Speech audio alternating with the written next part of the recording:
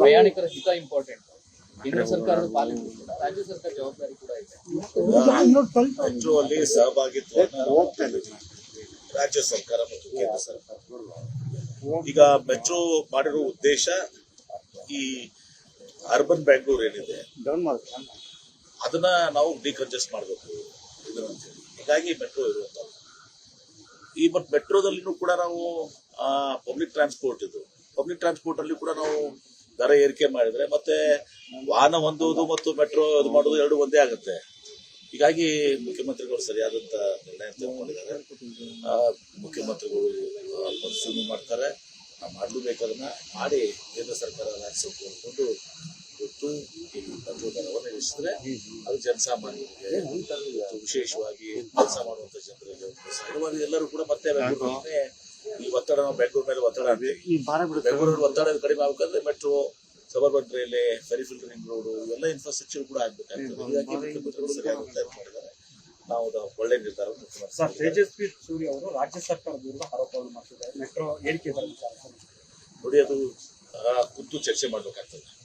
ರಾಜ್ಯ ಸರ್ಕಾರ ಕೇಂದ್ರ ಸರ್ಕಾರ ಕೂತ್ಕೊಂಡು ಚರ್ಚೆ ಮಾಡಿ ಮೆಟ್ರೋ ಕೂತ್ಕೊಂಡು ಚರ್ಚೆ ಮಾಡಿ ಒಟ್ಟಾರೆ ಎರಡು ಸರ್ಕಾರಗಳು ಜನರ ಮೇಲೆ ಹೊರೆ ಆಗುವಂಥದ್ದು ಕೆಲಸ ಆಗ್ತಾ ಇರ್ತದೆ. ಅದಕ್ಕೆ ಮುಖ್ಯಮಂತ್ರಿಗಳು ಹೇಳಿದ್ದಾರೆ. ಈಗಾಗಲೇ ಮುಖ್ಯಮಂತ್ರಿ ತಮ್ಮ ರಾಜ್ಯದ ಭಾಗವನ್ನು ಅವ್ರು ಹೇಳಿದ್ದಾರೆ.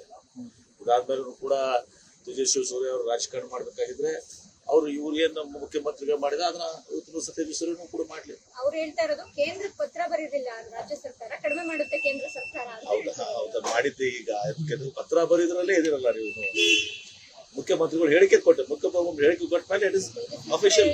ತೇಜಸ್ವಿ ಸೂರ್ಯ ಹೇಳ್ತಾರೆ, ಮುಖ್ಯಮಂತ್ರಿಗಳು ಏನ್ ಹೇಳಿದ್ದಾರೆ, ನಾವು ರಾಜ್ಯ ಸರ್ಕಾರ ಉಳಿಸ್ತೀವಿ ಅದ್ರ ಮೇಲೆ ಮುಖ್ಯಮಂತ್ರಿ ಹೇಳಿಕೆ ನಿಮ್ಮವ್ರು ಹೇಳ್ಬೇಕಾಗಿತ್ತು. ಹಾಗೆ ಕೇಂದ್ರ ರೈಲ್ವೆ ಸಚಿವರು ಮತ್ತು ಮೆಟ್ರೋ ಯಾರಿಗೆ ಬರ್ತದೆ? ಅಶ್ವಿನಿ ವೈಷ್ಣವ್ ಬರ್ತಾರ. ಹೇಳಿ ಅವರು ಕಡಿಮೆ ಮಾಡ್ತೀವಿ, ನಾವು ರಾಜ್ಯ ಸರ್ಕಾರ ಕಡಿಮೆ ಮಾಡ್ತೀವಿ ಅಂತಂದ್ರೆ ನಾವು ಕಡಿಮೆ ಮಾಡ್ತೀವಿ ಅಂತ ಹೇಳ್ಬೇಕು. ಅದನ್ನ ಬಿಟ್ಕೊಂಡು ಪತ್ರ ಬರ್ತಿಲ್ಲ. Sir, home minister CM Siddaramaiah ಅವರು ದೇವರಾಜ ಅರಸು ಅವರ ದಾಖಲೆಯನ್ನು ಮುರಿಲಿ ಅಂತ ನಾವು ಹಾರೈಸ್ತೀವಿ ಅನ್ನುವಂತ ಮಾತಾಡಿದ್ದಾರೆ. ಹೋಮ್ ಮಿನಿಸ್ಟರ್ ಈಗ ಇದೆಲ್ಲವೂ ಕೂಡ ನೋಡಿ, ದೇವರಾಜ ಅರಸು ಅವರು 10 ವರ್ಷ ಆಗಿದ್ರು, 7 ವರ್ಷ ಆಗಿದ್ರು ಮುಖ್ಯಮಂತ್ರಿಗಳಿಂದ. ಈಗ 7 ವರ್ಷ ಬಂತು. ಮುಖ್ಯಮಂತ್ರಿಗಳು 7 ವರ್ಷಕ್ಕೆ 10 ವರ್ಷ ಆಗ್ತಾ ಉಳಿತಾರೆ, ಪೂರೈಸ್ತಾರೆ. ಪೂರ್ಣಾವಧಿ ಯಾರು ಅವ್ರನ್ನ ಮಾಡಿಲ್ಲ. ಹೈಕಮಾಂಡ್ ಇವತ್ತೊಂದು ದಿವಸ ನಮ್ಮಲ್ಲಿ ಅಧಿಕೃತ ಹೈಕಮಾಂಡ್ ಏನ್ ಹೇಳ್ತದೆ ಅದು ಅಂತಿಮ. ಹೈಕಮಾಂಡ್ ಏನ್ ಹೇಳಿದೆ ನಿಮ್ಗೆ ಪದೇ ಪದೇ. ಸರ್, ಸಿಎಲ್ಪಿ ಸಭೆ ನಾಯಕರನ್ನ ಆಯ್ಕೆ ಮಾಡುವಂತ ಸಂದರ್ಭದಲ್ಲಿ ನಾವು 2.5 ವರ್ಷಕ್ಕೆ ಅಂತ ನಾವು ಏನು ಆಯ್ಕೆ ಮಾಡಿಲ್ಲ, ನಾವು ಪೂರ್ಣವಾದಿಯಾಗಿ ನಾವು ಅವ್ರನ್ನ ಆಯ್ಕೆ ಮಾಡಿದ್ವಿ. ನಾನು ಈ ಗದ್ದಲ ಸೃಷ್ಟಿ ಮಾಡಕ್ ಹೋಗಲ್ಲ. ನಮ್ಮಲ್ಲಿ ಪಕ್ಷ ಹೈಕಮಾಂಡ್ ಅಂತಿಮ. ಹೈಕಮಾಂಡ್ ಸಿದ್ದರಾಮಯ್ಯ ಅವರನ್ನ ಮುಖ್ಯಮಂತ್ರಿ ಮಾಡಿದ್ದಾರೆ. ಮುಖ್ಯಮಂತ್ರಿ ಕುರ್ಚಿ ಖಾಲಿ ಇಲ್ಲ.